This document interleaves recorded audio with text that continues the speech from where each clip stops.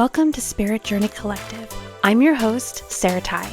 Get ready for compelling conversations with guests of all walks of life who believe they have found their purpose. Together, we will uncover unique backstories, hearing the raw experiences that led them to the work they are doing today. Let's expand our minds together with the captivating stories and inspiration that awaits. Thank you so much for joining me for another episode of Spirit Journey Collective. I have a really unique guest today. Her name is Melissa Corter. She's a depth psychologist and author, and she focuses on things like the dark night of the soul, shadow work, and really going into more of the dark psyche of the human mind. But that's actually, while it might sound scary, it's actually what's going to bring you to the light. So I really can't wait to learn more because this is a subject I've always been fascinated in. I understand it a little bit, but not a whole lot. So thank you so much for being here today, Melissa. Thank you. I'm so excited. I love this subject. And one of my favorite things to do is to help talk about it in a way so that people feel safe to explore this hidden part of them, the hidden side that we all have. Yeah, and we all have it. I love the analogy. You can't have a painting without shadows, right? Mm. It does. The shadows almost bring that depth, but I think most of us are like, oh no, I don't have any shadows. I'm bright and sunshiny all the time. But truth is, none of us are, right? Absolutely. In fact, the more fear we have, the more depth and potential we have in a good way, in a healthy way. But a lot of us are conditioned to fear that part of us or to kind of steer clear of things that are unknown or we can't quite see or define until we build a little comfort. And then all of a sudden it's like, oh, that thing wasn't so scary. Actually, it's a gift, a skill or a talent that I now get to embrace, or, something that was unknown. All of a sudden, once we start to see it and work through it, we realize like, this is just a part of who I am. And there's beauty in this. So yeah, I love it. I love it. And there's so much to explore when it comes to this subject and some different misconceptions and things too, that we can sort of clear up or shift so that people have a better understanding of this part of themselves. Absolutely. I cannot wait to dive into all of the faceted aspects of that. But first, why don't you share a little bit more with our listeners what it is exactly that you do as a depth psychologist and working with the shadow? What does that look like? I love this question because there's so many different ways I respond to it. So first, just a little bit about the shadow, which will kind of help give us some understanding of how to even work with it or address it. So the term shadow, the shadow self, was actually coined by Swiss psychiatrist and analyst Carl Gustav Jung. And the idea is that the shadow is beneath consciousness. So it just means hidden. It's the part of us that we can't see. And yet, because we can't see it, that's where some of the fear and the uncertainty starts to come in. But really, the idea is that we have these different levels of the psyche. We have, and in the middle, kind of all these different levels and layers of the psyche.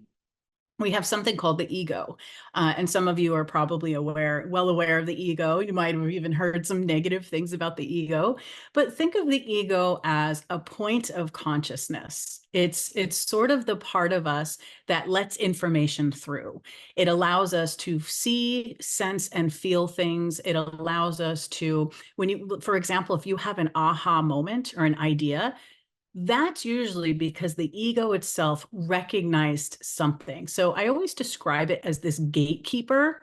And so for the gatekeeper to acknowledge something, information has to be able to pass through. All the information that isn't passing through or hasn't been able to yet is kind of considered in the area of the unconscious.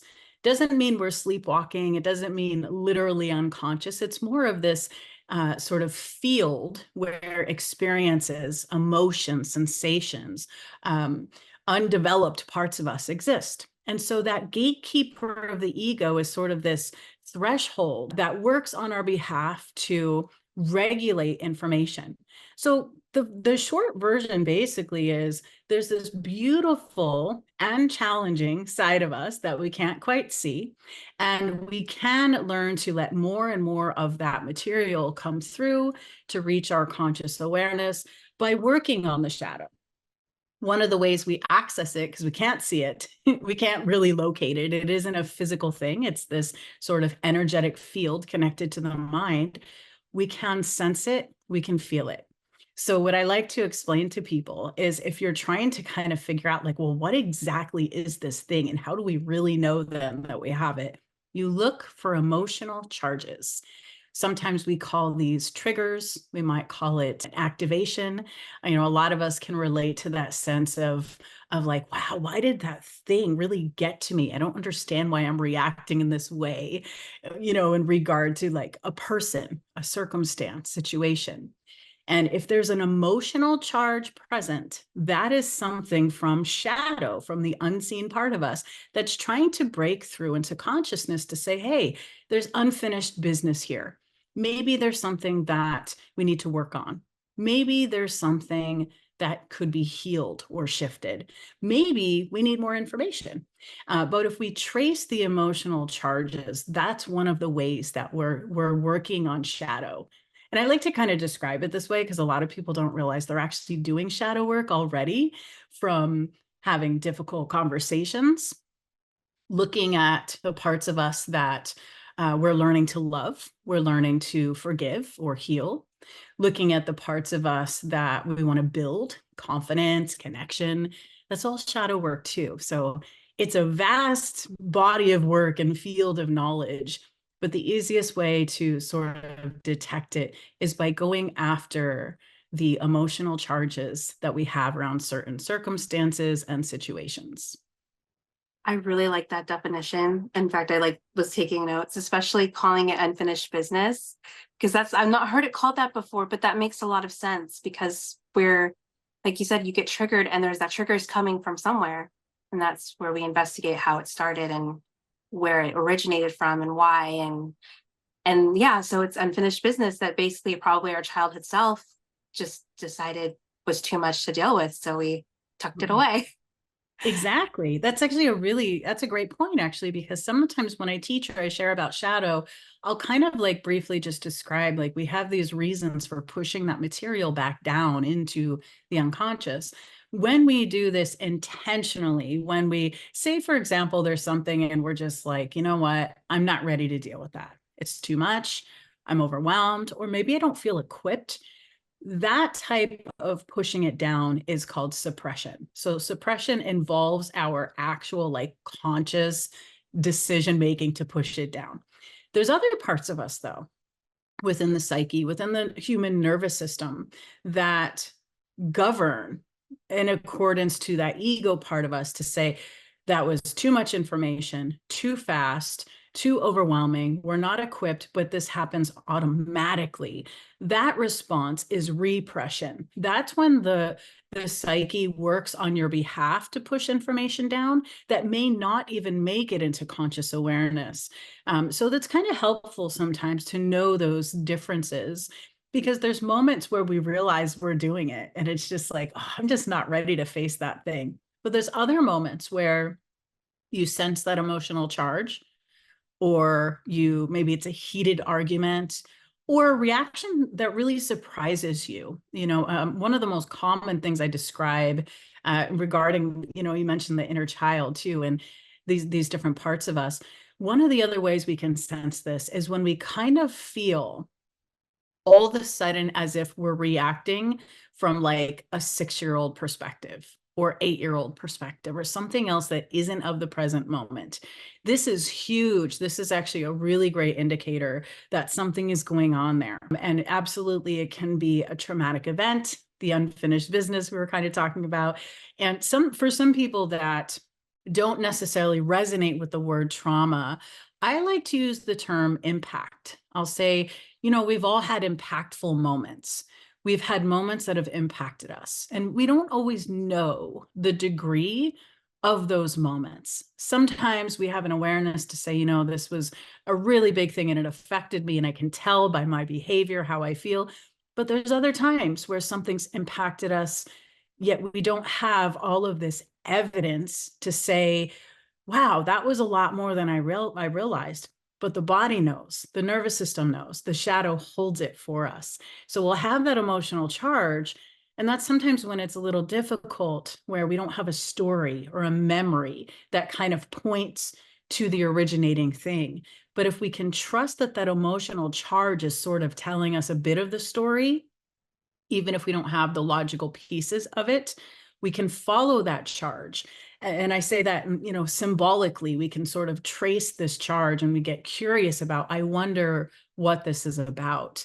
And that can also help us to creatively work with shadow so that we're not necessarily unknowingly re-traumatizing ourselves or others through this work, because it can be really deep. And it's often what comes with it is this sense of freedom, a liberation, right? When you know what it feels like if you've ever been stuck and all of a sudden you have a solution that comes to you or an opportunity. Everything changes in that moment. And that stuckness, everything that was going to that feeling all of a sudden is freed up. We can redirect whatever that energy, emotion, sensation was. It's redirected now in another area of our lives. And so we can sort of move with that in a way where we're creatively engaging with it and trying to uncover it without amplifying it, which I call, it's like inflaming the nervous system. It's too much, right? It's like putting fuel on a fire that's already kind of heated, overheated. So creatively we can work with the shadow. Because the other part of this that's kind of frustrating and also a good thing is if we directly try to work on the shadow. If we try to go right on into that emotional charge, the ego, that gatekeeper, it's always looking for perceived threats. It's always looking for things that could cause us harm. It's always, and these aren't real necessarily. These are things that are perceived threats, meaning, let's say you want to take a chance in your life, a risk in your business, or you want to create something, do something very different than you've done before. Well, the ego is going to be like, oh, no way, it's not going to work out, it's going to fail, you're going to suck at it, or whatever, right? So that the ego will kind of step in on our behalf, but it doesn't realize it's a perceived threat. It's only looking for danger. And so if we try to work on the shadow directly, a lot of times we will bump up against that mechanism of the ego, the protection of the ego, which will then cause us to kind of default into a pattern, go back into a pattern, a behavior, even though we know it's not serving us necessarily. It's familiar, it's known. And so that's part of the tricky side of shadow work, is finding creative ways to work with it so we're not defaulting into the old identity and old self, but also making space for the parts of us that are in shadow that also want to emerge, the new things we want to embody, the new skills and gifts and talents and ways of being. So we have to creatively work with this part of us so that the ego isn't like, I know what you're up to. There's so much I want to touch on because one, I loved that you shifted the word trauma to impact. And I think I'm going to steal that because especially as a reader, I'm always careful when I see, okay, I feel like there's shadow or trauma around this particular thing. I'll get people that'll say, well, I had a wonderful childhood. There was no trauma. And so I was using the analogy of big T trauma versus little T trauma, explaining how sometimes our needs just weren't met. And it wasn't like our caregiver was actively abusive. It was just maybe they had a rough day and they just weren't able to show up for us the way we needed them to, but it wasn't, on purpose or, whatever. So I like the impact though, because I think there's just so much stigma with the word trauma that, and people, shadow, right? Yeah. Right. And shadow. Right. Exactly. So impact, it makes it more, first of all, understandable of like, okay, so this is what trauma is. It impacts you in a perceived negative way. Right. So, but it makes it more like tangible and scientific or logical. And I'm kind of on that mindset. So I can totally relate to those that are like, okay, you know what I mean? It doesn't feel so heavy. So I love that. And then also, the being creative and trying to kind of go around your ego. I love that too. I'm just starting to read The Power of Now by Eckhart Tolle. And I'm super new into it, but his definition of ego, and I'm listening to you talk about ego, and it's very similar. It's just, our mind is supposed to be a tool, but instead it takes over if we're not careful. And the shadow is basically, from what I understand, shadow, which we could dive more into it, but from what I understand, shadow is more of like the parts of us that we deemed unlovable. So we just kind of were like, oh no, I can't be that thing.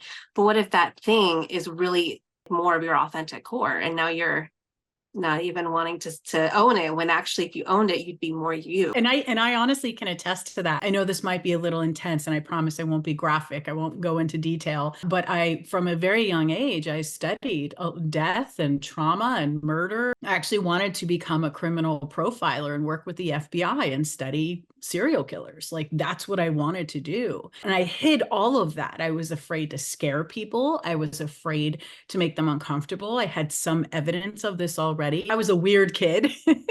But when I embraced those parts of myself and I found value, and I realized my interests don't have to appeal to everyone.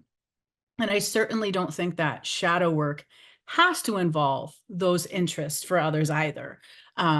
Not at all, in fact. But when I embraced all of those things, my life shifted. My body started to change. I had weight I couldn't release.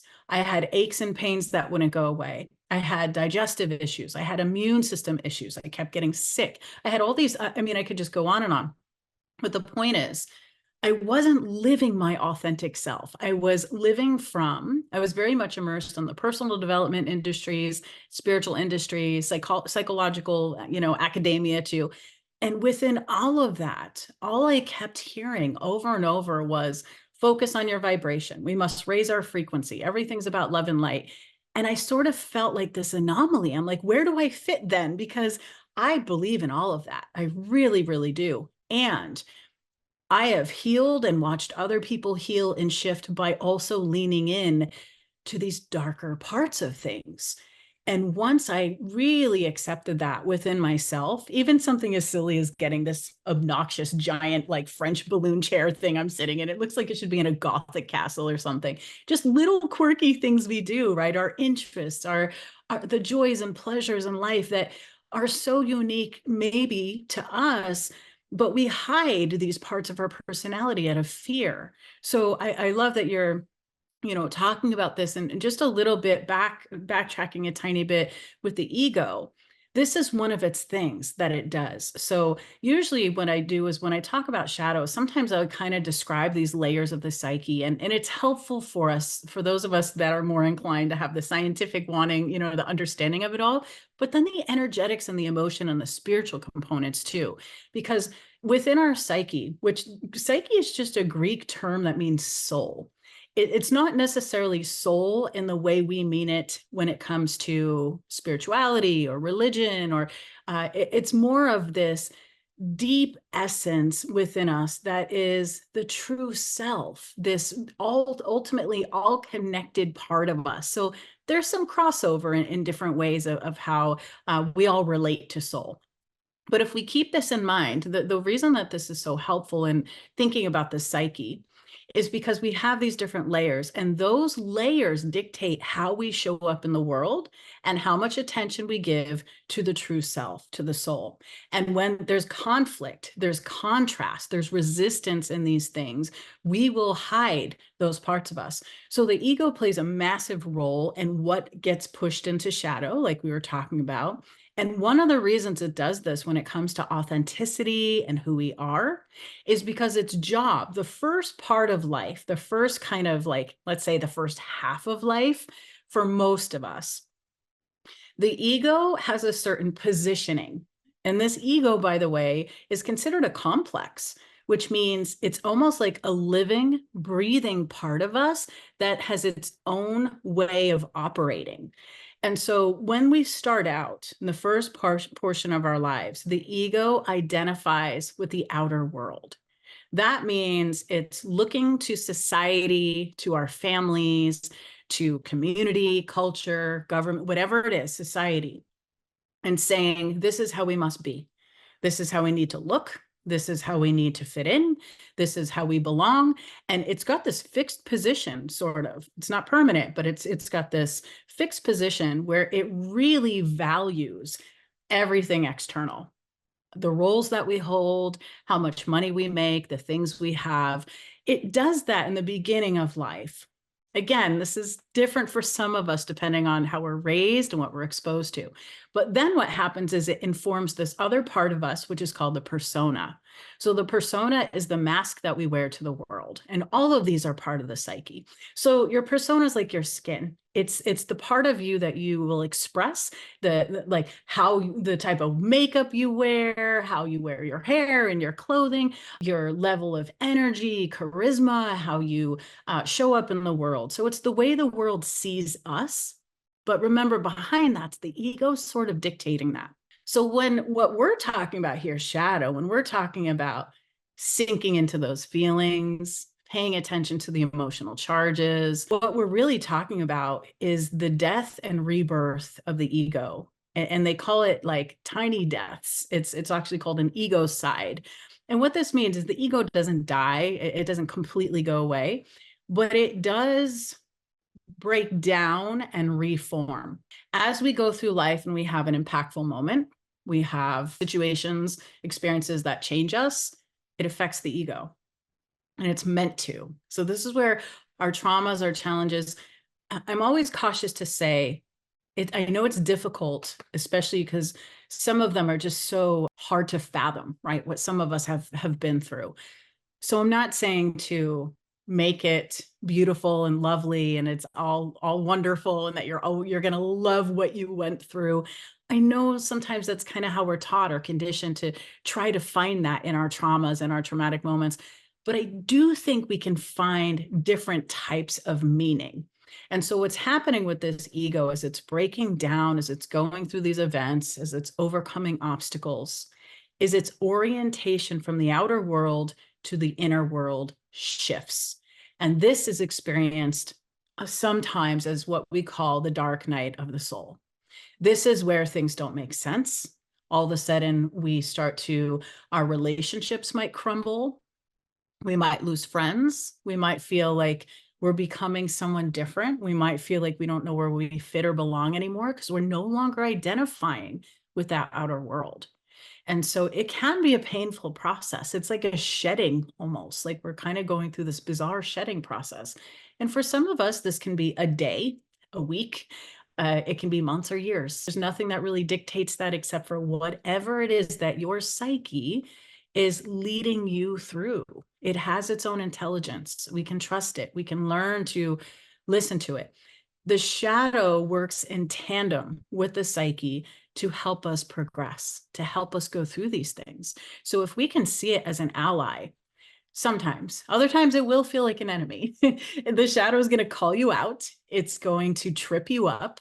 The shadow is going to be the part of you where if you go to tell a lie and you get caught, it wants you to get caught to make things right, to bring things to light. So if we can see it this way, it starts to change us. And then what happens, like you're speaking to, is we start valuing, well, who am I? Who am I without the stuff, the things, the roles, the titles? Who am I underneath that all? What's important and essential to me? And our values either emerge more fully, sometimes they're just kind of buried under all of that, all the expectation, or they're created. We have new ones that are created. So I love that you brought up authenticity because full circle, like I said, I wouldn't be here having this conversation if I wasn't willing to lean into my fear and discomfort of being the weird one, the dark one, the whatever it is. I've been labeled all sorts of things. I have people that call me evil because I study this stuff, when really what I've learned is we fear the unknown. If we don't like something because we don't know what it is, we can't quite figure it out, it's very easy to place a label on it and call it bad, to call it evil. So instead, what I'm saying is that we can investigate these hidden parts of us and actually discover potential. We can discover other parts of us that are in support for our passions, our purposes, and that shift from outer to inner. Wow, that is so much information. I love all of that. I mean, and it helps to break it down and understand from like a psychological place, like what the shadow is, what the ego is, what the persona is. Because I could see how they're all operating differently. And then amongst all of that, we have our consciousness that most of us, I wouldn't say most, I say many of us are not fully aware of, right? More of our authentic self is more that consciousness, but learning how to see all the operating going on. So you're not necessarily being run by it. You're able to kind of take back over the driver's seat, so to speak. Yeah. But it starts with being aware of all the moving pieces. So that's amazing. I would love to know. So I know you shared a little bit about your backstory, about how you've always been attracted and drawn to the dark things. How did you learn that that was actually where you were meant to put your gifts and your focus and your energy? How did you learn to embody all of that? Such a good question. I'm still learning. I'll just be honest and say I'm still learning this. It's still coming to me. It's still presenting itself. But there, one indicator I would say early on is I kind of felt haunted by things. There were things I didn't want to do. I didn't want to feel. I didn't want to experience. And I realized like running away from those things is not serving me. So an example, when I was really young, I would feel, see, and sense energy in my home. And most of the time I felt it and sensed it. I didn't always see things like we hear about on TV or in movies, or it wasn't so clear like that. But I always felt things so deeply, and I would feel it in my own body. And it also didn't need to be loud and intense. I would feel what wasn't being said. I would feel the things that people weren't doing or weren't sharing. I would feel unexpressed, unspoken things. You know what it is? Coming back to what we talked about, I was feeling unfinished business essentially within people. Now, to give it a visual, I also had this very strange kind of like fascination with other people's basements. And it sounds silly to say out loud, but I grew up on the East Coast, and, our basements were like stone and moss and like creepy. They're not like these amazing man caves, that other people have created. And so I had this fascination with basements. I didn't have one in the home I grew up in, which was part of what sort of piqued that curiosity. And so when I would go to a new friend's house, a cousin's or whoever, the first thing I wanted to do was, I was like, do you have a basement? So they're like, what? These kids, they didn't know what to do with me, I don't think. But I saw it as this unexplored territory. There's something about it goes down into the earth. It's under the house. It's creepy. It's dark. It's mysterious. But I always felt into the mysterious part. I always loved the unexplored, hidden parts of things. Some of the other kids or whoever, would sort of be like, no, it's creepy down there. It's scary. And even though that was true, my curiosity felt bigger than my fear of what could be hidden there. That I feel like is something that has shown itself from a very young age. I didn't think that was a gift. I thought it was weird. So again, it's that thing where it went into shadow. I didn't even have this memory of that story until about 3 years ago, when I went, oh yeah, that's right. I was the weird kid with the basements. One of my professors heard that story and that metaphor. He was like, well, remember that in this psychology that we study, in depth psychology, the basement's the unconscious. If we take the home and we look at the basement is the unconscious part of the home. And I just remember this feeling of like, I had chills all through my body. And she encouraged me. She encouraged me to write it out. And I put it in a paper that was like a term paper. And then when I had shared it with a friend, she was like, that should be the beginning of your bio. And now it is. And so there's these steps, right? There's these things, but I didn't necessarily create that. I just followed my curiosity.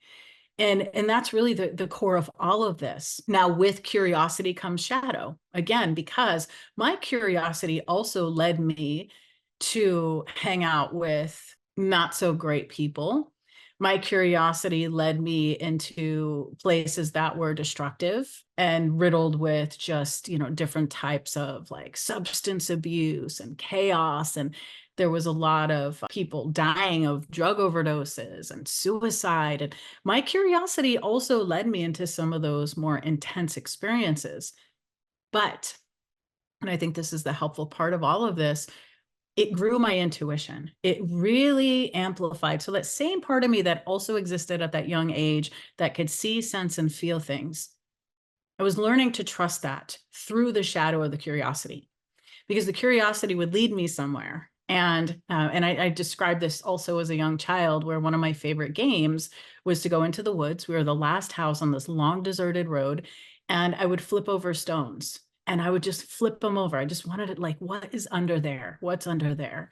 And now I do the same thing with people. It's like, what's under there? What's going on, right? Under that thought, under that idea.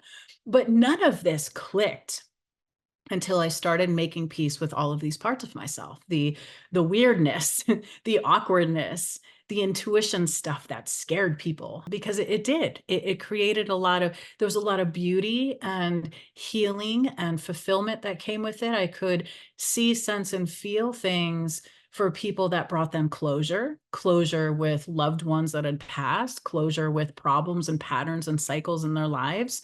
And sometimes on occasion, if somebody witnessed me in action, kind of sharing these things that I shouldn't have known, it was impossible for me to know, it frightened them. They couldn't logically understand how someone can do that. It wasn't something they wanted to believe in or wanted to believe was possible. So instead of saying open and curious and going, I wonder about this, it was like, let's just shut this down. You're bad. You're wrong. So there's things like that that happen to us as we're working on shadow, and it might look and feel vastly different for you. So if you're not resonating with these stories, please know your own like variation of that will emerge. I always have been into like the darker, more macabre, like, like eerie stuff.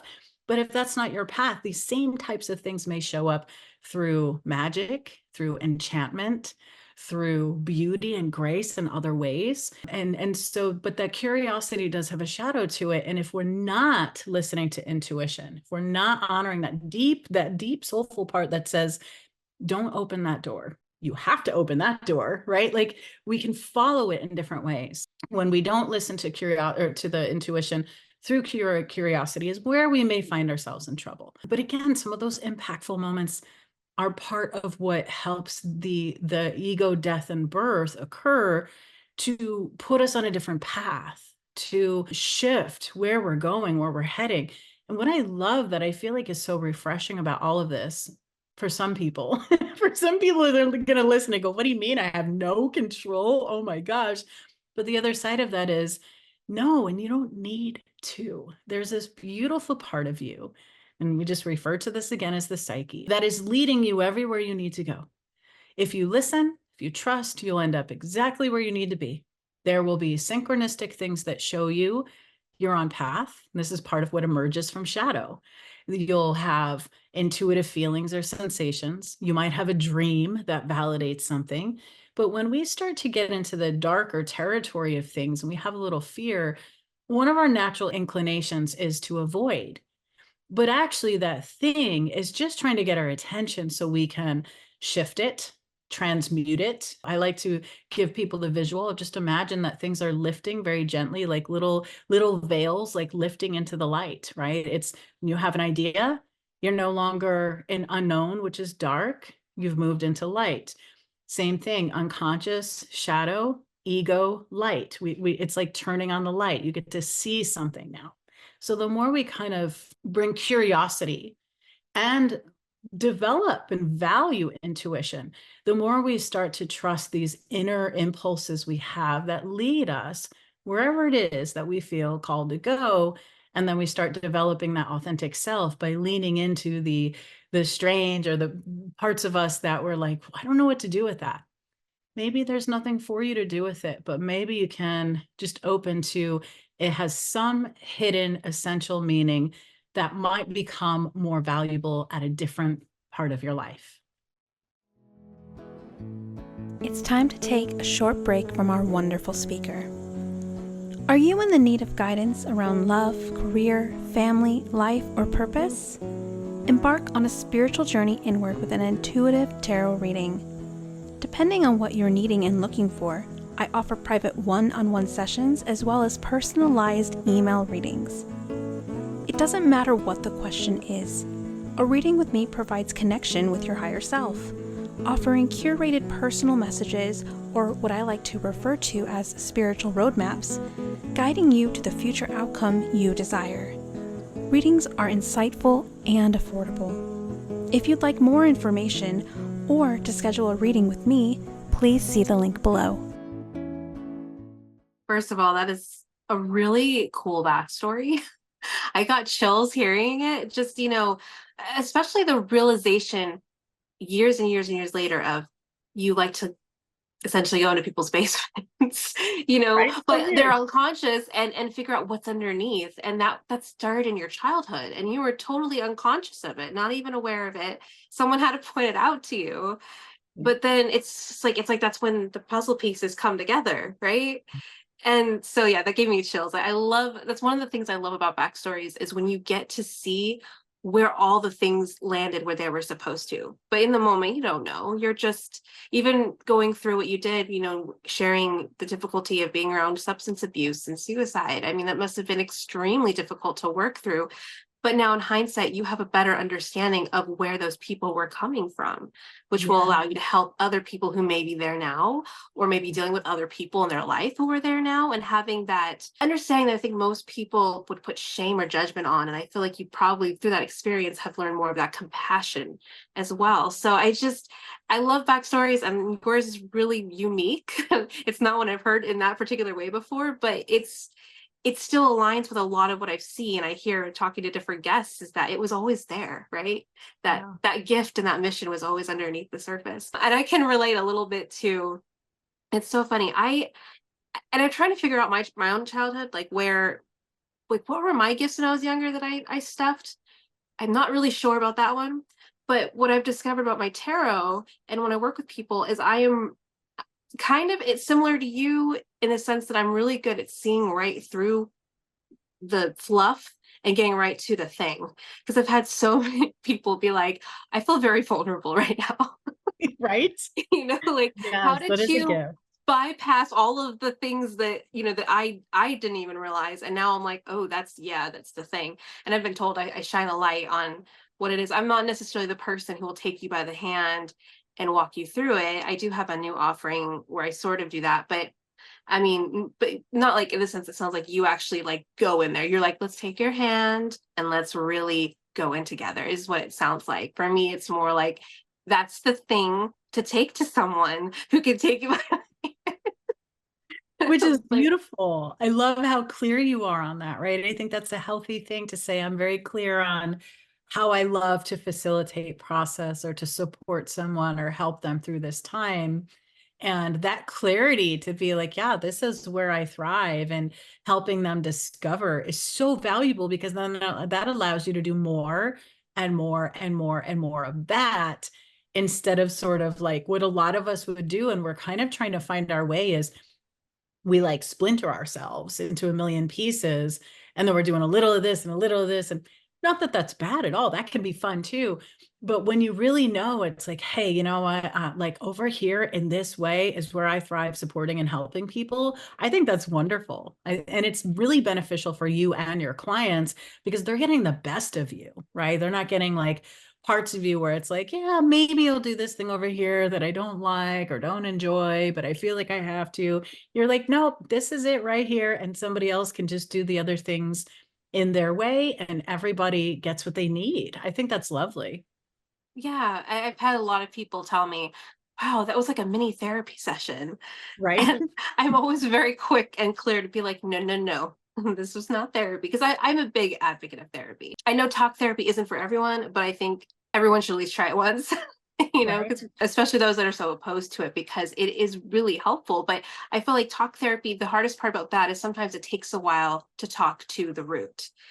versus I feel like reason why people will tell me, oh, that was like a mini therapy session. It's because we're able to kind of get to the root a little quicker. So now they have that information to investigate further with, a professional. The reason I brought that up though is because I will get that same, like, how do you know that? Like, Right? Like, you what know, led you there? and Yeah. I mean, I think it does kind of freak people out. And then in hindsight too, I guess maybe when I was younger, I did have people who would just tell me their life story. People I didn't know very well, and they just like share it all. And I give my advice to the best of my ability. Maybe in hindsight, it was that same thing that people just saw that I see something. I don't know, but it is, when I was younger, I didn't really think I brought any value. And so that was probably my biggest shadow that I know I have several that I have not touched yet, but that's probably the one I've overcome through my tarot is suddenly being like, oh no, there's definitely value that I bring and I can see it now. But, learning how to not scare people, it's definitely an It's interesting difficult. balance. Yeah. And I think that's a really great point too. It's so difficult for us to know what is going to activate someone or trigger something, which I think it's like you're building more of a case for that authentic self to say, like, maybe just being that authentic self, all that other stuff gets worked out. Because even if we scare someone, maybe it's not for them.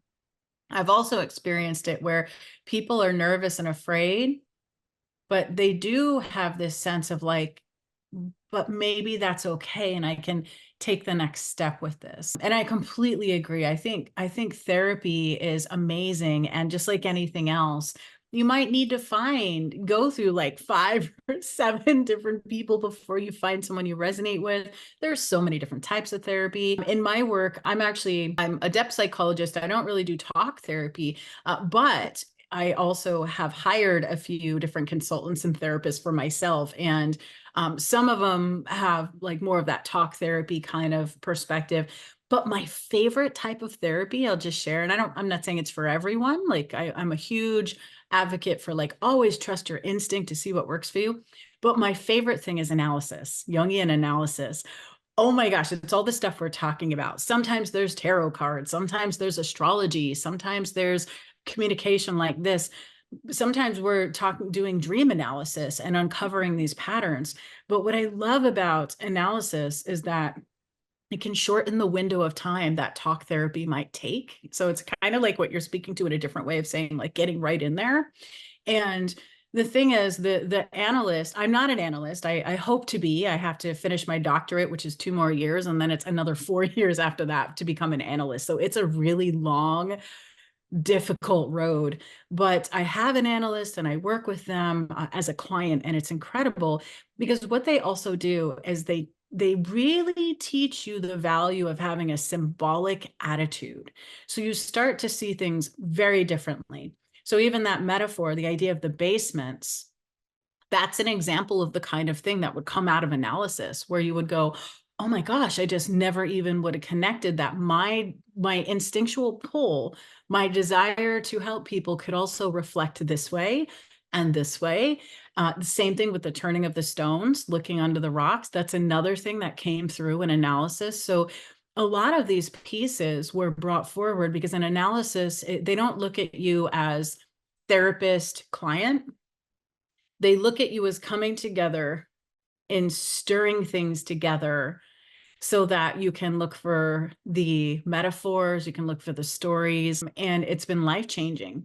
Part of the way that I do the work with people is there is some conversation. So I don't want to say it's not that it's not talk therapy. It's traditionally it's not talk therapy, but it's more, I call it mentoring, where we have conversations, the person has an issue, a concern, something they're working on. And then I explain some of the things I've talked about here, how maybe if they don't know yet how the personality works and why that's important for them, what part of them might be activated in their situation, how they can sort of shift that process. But my favorite ultimate thing to do with people is I use fairy tales to do shadow work. And it's So much fun. It's so much fun. I teach them how to look, first of all, to choose the right story for them. There isn't usually just one, but to see what they gravitate toward. They're not allowed to do the watered down versions of fairy tales. It has to be the old school intense ones because that's got all the conflict and the contrast of life happening. But I basically teach them how to trace these moments and psychological movements and see the hidden patterns and symbols within the tale. And what that often does is it activates something in them. And so they'll read a part of it and they'll resonate with the story, the narrative, and they'll just go, oh my gosh, this reminds me of this memory when I was, and then they share their story. But what happens is then I tell them the symbolic things that are hidden in that fairy tale. And it really is quite transformational. I had a client one time who we were working with Snow White and the fairy tale of Snow White. And part of it is to read different variations of these tales because there's many of them, so it's not just one Snow White, but like, I think she read through 6 or 7 different stories of Snow White. And it was amazing what stood out to her. She battled alcoholism, this client. And she didn't necessarily consider herself an alcoholic until she started working with the fairy tale. And that wasn't my intention. I usually am just like, let's see what happens, let's see where this takes us. But ultimately, what she discovered through the story of Snow White was that she didn't have her own identity. And so in the story, we have the stepmother in the mirror, and the mirror has been telling her all along that she's the fairest of them all until one day it says Snow White. Right. And then she's upset. She's triggered and she's like Snow White, and she's angry and jealous and vengeful. And so right away, what we start to see in something like that is for those of us that maybe can't identify with a healthy version of the mother figure, already we're feeling seen. We're feeling seen in ways we may not have realized by hearing a tale that's showcasing this role, this identity in a way that wasn't necessarily acceptable to talk about. Like, it's hard for people to say, I don't like my mother. My mother's not a kind person, or she's terrible or hurtful or abusive, or it's difficult, right? To really put that forward unless someone has had a lot of impact around that, then they usually are just kind of over the graces and they just go right into it. But anyhow, these are just examples of how working with fairy tales can illuminate qualities and things for us that are hidden in shadow. So anyhow, there's a whole big thing to her story, but what it came down to was she discovered this and it took some time. It wasn't one session or anything like that, but over a series of sessions working together and reading that tale, she realized the alcohol was the poison that she was given. She was giving it to herself as an adult, obviously, but as a child, the poison was the beliefs, the thoughts, the things that were said to her that she took in, she consumed. The adult self started to consume to match the same kind of pattern. And this was all unconscious. She never realized that this was happening. So when she would finish drinking, and she would feel really low and she would feel, drunk in an altered state. That same bizarre altered state is how the confusion that she felt as a child from hearing things from someone that was supposed to love her, take care of her. I know that's like difficult for some of us to fathom, but that's an example of a traumatic power dynamic. And the beauty in this is she was able to look at the tale that gave voice to things that she didn't realize. She was able to quit drinking after that. So she was actually able to realize, like, oh my gosh, I didn't have a choice as a child in what was said to me, what was done to me, but I can heal this inner child by no longer poisoning myself in the present moment and really giving voice to all those thoughts and feelings that she was pushing down. And it was one of the first times I watched someone completely change in a short amount of time, become themselves. And it's like she came home to herself. She stopped suppressing who she was. She was able to forgive after doing some really deep, difficult work, recognizing that those are some of the patterns. And her relationship change to everything, not just her ancestors and family of origin and, some of these individuals that were responsible for these patterns. That did shift too, but her relationship to her friends, to other people, she became more energized, more of herself because she wasn't suppressing these things within shadow. So we can work creatively in a way like this where it helps liberate these things, bring them to consciousness. And she handled it so gracefully. It was just like a really beautiful process to witness someone go through that, and with compassion, with, I don't know. So I love that. I think there's so many ways we can do this work where it's honoring and it's safe, and it doesn't necessarily have to put us specifically in the heart of that impactful moment again, but maybe brings us close enough so that we're reminded of what the unfinished business is that we can now give closure to. That's beautiful. And for me, I'm thinking, I'm always hearing people say, gosh, why were those tales so dark? And, those old fairy tales are just awful. And why were they created? And now I'm like, oh, well, you know what? Actually, maybe it wasn't just to scare children. Maybe it was also to help those children find themselves when they're growing up. It sounds like your client basically found the awareness, the ties, which kind of comes back to that creative kind of going around the ego kind of a thing, because she's just reading a story. That's it. That's exactly it. Yeah. And then she's able to make the parallels and then give herself permission to not drink the poison and see that that's what it was. That is so cool. I love the analogy and the story. And it's making me think about like, oh, which one would I relate to? Yeah. I'm not super familiar with fairy tales, to be honest, like the original one. Honestly, that's part of the process, is even just that I wonder which one is going to cross my path now. So part of this is like even just sort of just starting with that intention of course you can research, like there's not, for this part of the process, there's nothing wrong with Googling and looking them up. That's part of it.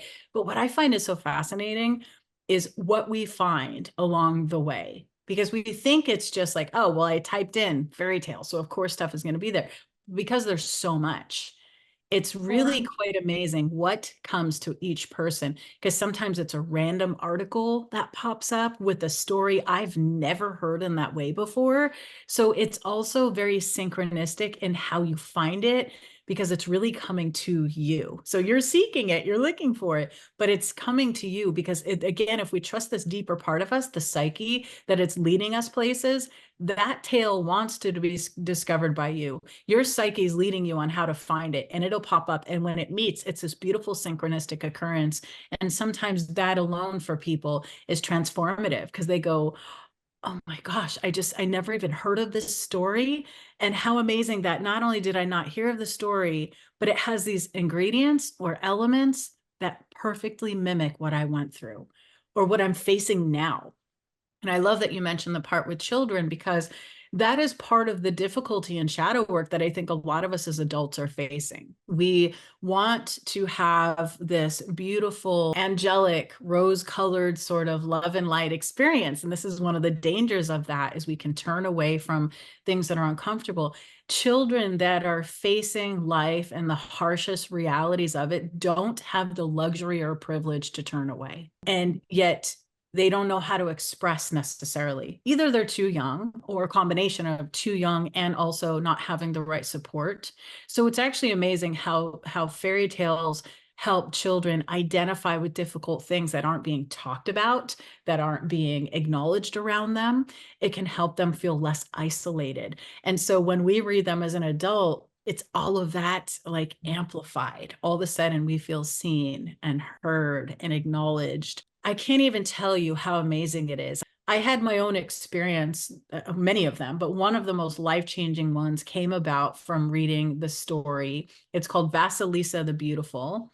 And this, I won't go into the tale or anything, but if anybody wants to look it up, it's really quite powerful and has a lot to do with discovering your intuition. But essentially, Vasilisa's mother is dying and gives her this doll right before she passes. She gives her this little doll, and she says, if you ever find yourself in trouble, if you ever are scared or afraid or don't know which way to go, just ask the doll. The doll will always tell you where you need to go, but you mustn't tell anyone that you have this doll. So that's kind of how it starts. And there's all these things that unfold in the story. But the ultimate thing is like the idea is that intuition, right? The dolls are intuition. We must keep it close. It's sacred. It's a gift. And when sometimes if we tell someone, oh, I knew that because I felt it. I knew that because it popped in my head. I knew that because I had a dream about it. It can, outside of our comfort zones, leave us vulnerable to these opinions and judgments, which is what we're trying to protect that sacred connection from. So that's that tale for me was just like, oh my gosh. And then there's these other elements in the story. Baba Yaga is this evil witch, and she's known to like devour children and like these crazy things that you wouldn't hear in like a typical normal story. Yet the way Vasilisa encounters her and consults with the doll and gets herself out of trouble, and it's so beautiful. She overcomes. So the other thing that fairy tales is so awesome at doing is there's this underlying quality. We call it a redemptive quality. So it's redeeming. And usually what it's redeeming is a lot of these feminine principles, intuition, connection. So it's redemption of the feminine through these tales. And we start valuing intuition and these things that we are sometimes taught to dismiss or ignore or suppress. And yet when we get through these tales, we realize those are some of the qualities that saved that protagonist's life in the story. That is the thing that got them back home to themselves. That's the thing that allowed them to help other people. So they teach us these really sacred principles and these things about life that most of us can relate to. But when we read it, it can be so personal in our story. And so I had this experience with that tale where I had to confront someone. I had this individual in my life who was extremely narcissistic. And let's just say it was an ongoing difficult pattern, and it kept chipping away at my confidence. And I would feel terrible engaging with this person, but it wasn't the type of person that you can just get out of your life. Sometimes we have family members or loved ones or people in our work situations where we have to just deal with them. So I had something like that. And this person really just was weighing on me and affecting my self-esteem, all of it. Through analysis, I worked with this tale, this Vasilisa. I learned how to trust my instinct. I learned how to start becoming more whole. Basically, there's this idea in Jungian psychology that we're on this path of individuation, which means we're coming back to wholeness over and over again, the sense of wholeness over and over again.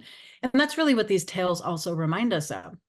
And so working through that tale, my analyst said to me one day, if you were to face your Baba Yaga, who was the witch was my person, right? I was dealing with in life. What do you want when it comes to dealing with this person? And I was shocked the answer that came out of my mouth, which is again, unconscious shadow, things just come out. And I thought about it. And at first I'm thinking, I just don't want them to be so cruel and mean and manipulative and nasty. Like, why can't we just get rid of all of that? Why is that necessary?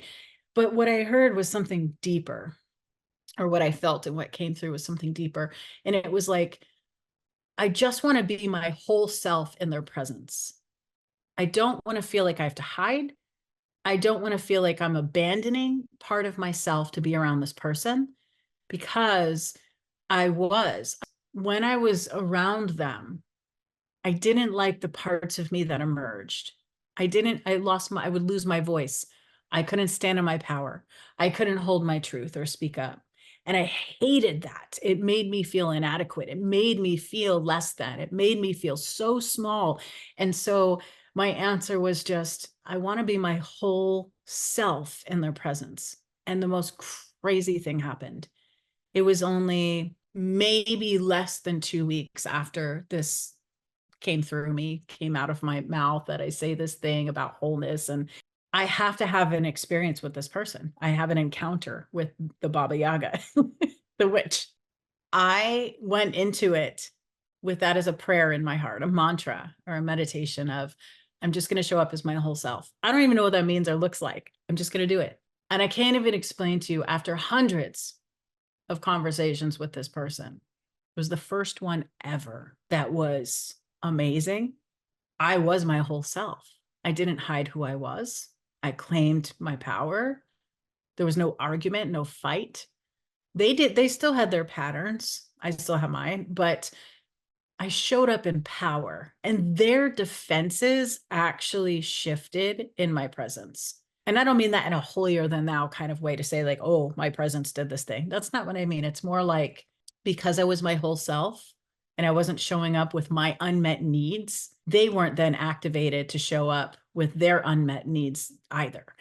And all I can say is that that phone call with that person changed everything. The tone was different. The length of the conversation was different. The intensity was different.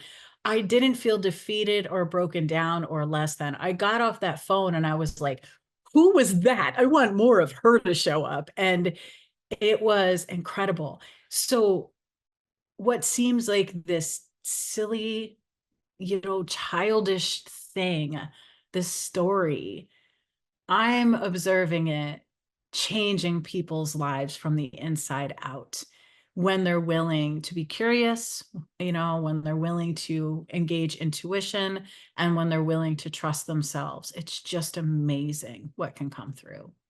Wow. I love that example, because I think for some listeners, they might be kind of trying to figure out, like, how do you fully, take a story and combine it. But, the two stories you gave with your client and yourself, it's like, you really can see, that, I don't know, the string weaving in there, the thread, right? The thread that's weaving in between the story and your reality, and how it's actually very much intertwined. And then being able to overcome, that's the hero's journey, right? So Exactly. yeah, which we're all on in different capacities, but when you're aware of it, you're able to step more into your power, like you see in the movies. Exactly. In fact, a lot of the movies are based on the hero's journey, and a lot of the fairy tales, they have that embedded within them too. So there is that theme of, like, in the hero's journey, it's a calling. They call it an initiation or a calling that starts us out into the world. In the fairy tale, there's an impactful moment. There's a crisis. There's something that starts the story. There's a betrayal, a death, a loss that starts the journey, and it puts the person in the tale, the protagonist, on the path. And if we can see this, we go, oh my gosh, because, there's this other thing, and I don't know where this came from, and you're not trying to point fingers or anything, but at some point in time, some of these fairy tales became very watered down and filled with only positive attributes and very little time spent on the challenge or the struggle. But what we know about growth from a psychological standpoint is growth happens in resistance. And it's when we can learn how to be with opposing tensions, opposing thoughts, ideas, and beliefs within ourselves and in certain, situations and experiences. That's actually what alchemizes shadow and transforms shadow. When we run away, when we escape, when we soften the difficulties or water down the death and the drama and the things in our fairy tales, we're not teaching anything except, like, oh, you can buy your way out of that. You can escape from that. You can run away from that. That's not the message that we want our children to know. We want them to experience the resiliency. Of course, we want to protect them. Of course, we want to love them and do our best to guide them so that they can maybe not have as many encounters with those things, in the world. But if we trust that their psyche is also guiding them, just like ours, we'll know how to step in and how to support. But there's this really great part of depth psychology where we use alchemy also as a part of the practice. And old school alchemy, as far as a transformational process, a psychological process. So we're not really mixing metals and trying to create gold from all these things. But if we take the idea of this, just there's so much to this topic. But the thing I want to get to very quickly in this is that the alchemist always has a vessel that they're working with. And if we think about it, it's experimental, right? Sometimes we know what we're doing. Sometimes we figured out a recipe, a formula, but most of the time we're just kind of combining things into this vessel. And the vessel then has a lid. And the reason this is so important is because when we put the lid on the vessel, and those ingredients have the opportunity to stir and percolate and bubble up and mix and merge, and sometimes it's a mess. Sometimes the process is messy, it's intense, there's colors changing, it might be sludge and gross and whatever. But when we put the lid on, there's this time that's necessary for us to find out. We need the pressure to build in the vessel so the change can happen.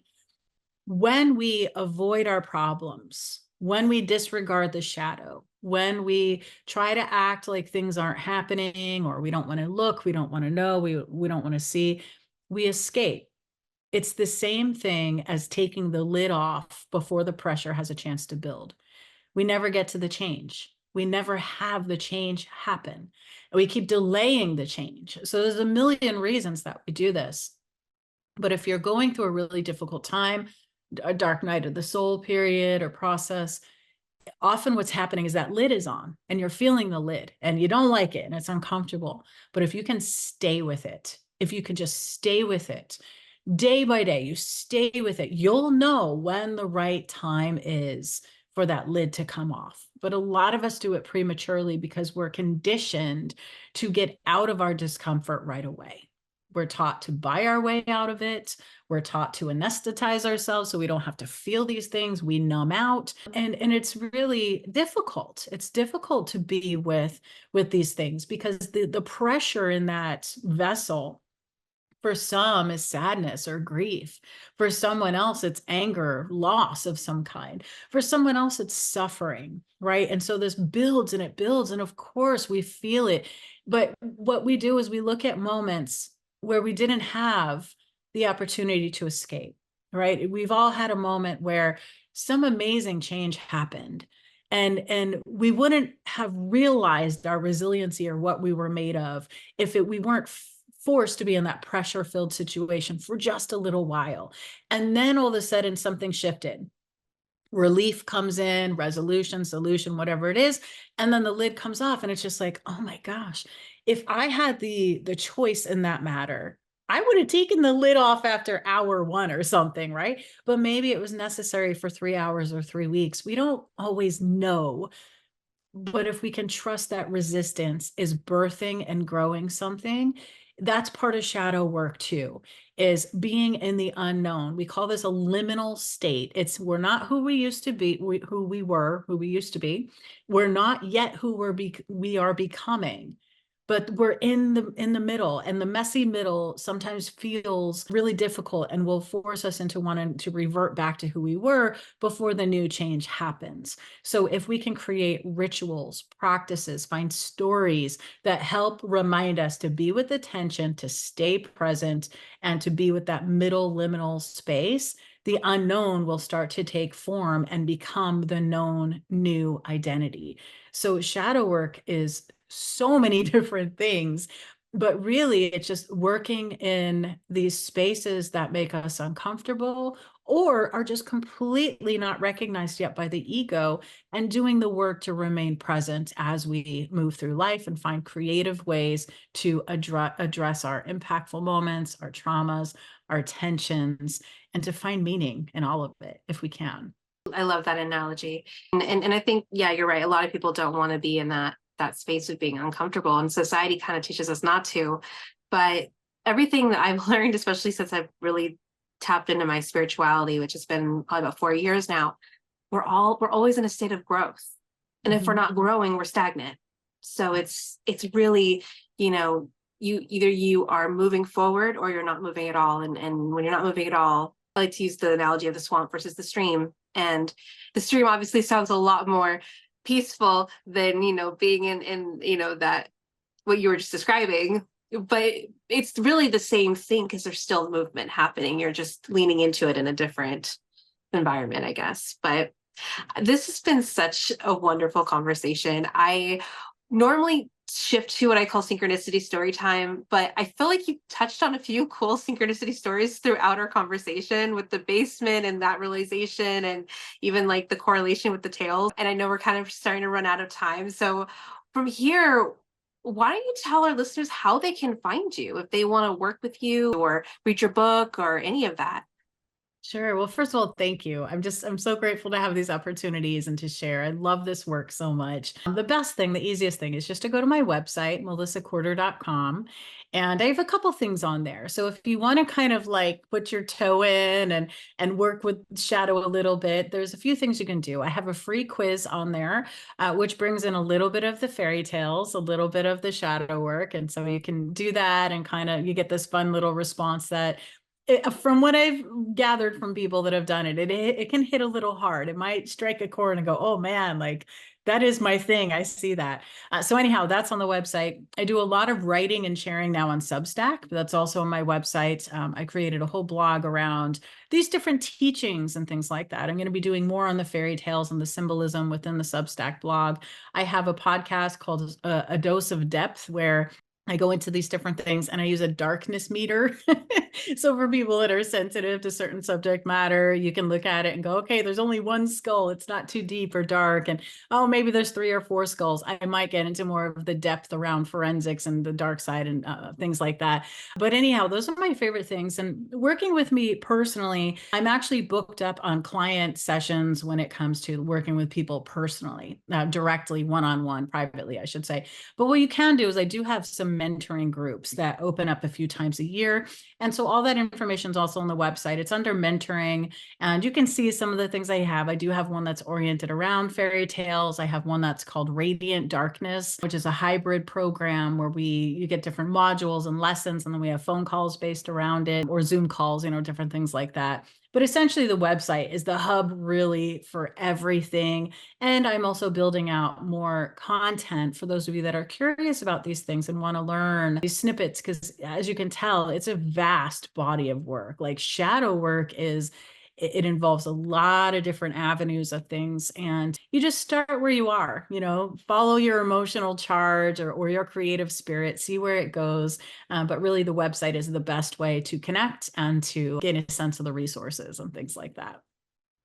Perfect. I'll be sure to put all that in the show notes so everyone can find you and get all that wonderful information. And again, thank you so much for being here to explain shadow in depth, explain why it's there, how we can start to get creative and find ways back to it and heal it and all of the things. So, thank you so much for joining me today. Thank you. It's my pleasure. And thanks for what you do and the way you help people and create these opportunities, because this is how we get the work into the world. So I'm just honored to be here. And thank you so much. This is so fun. I love being able to talk about all this stuff. Thank you for joining me on another inspiring episode. Remember, your purpose is a unique and unfolding path. I hope these conversations have ignited a spark within you. Until next time, keep exploring, growing, and embracing the beautiful adventure of connecting with your purpose. Stay tuned for more meaningful conversations. If you enjoyed the episode today, don't forget to like, share, and subscribe. And thank you for joining me on this journey.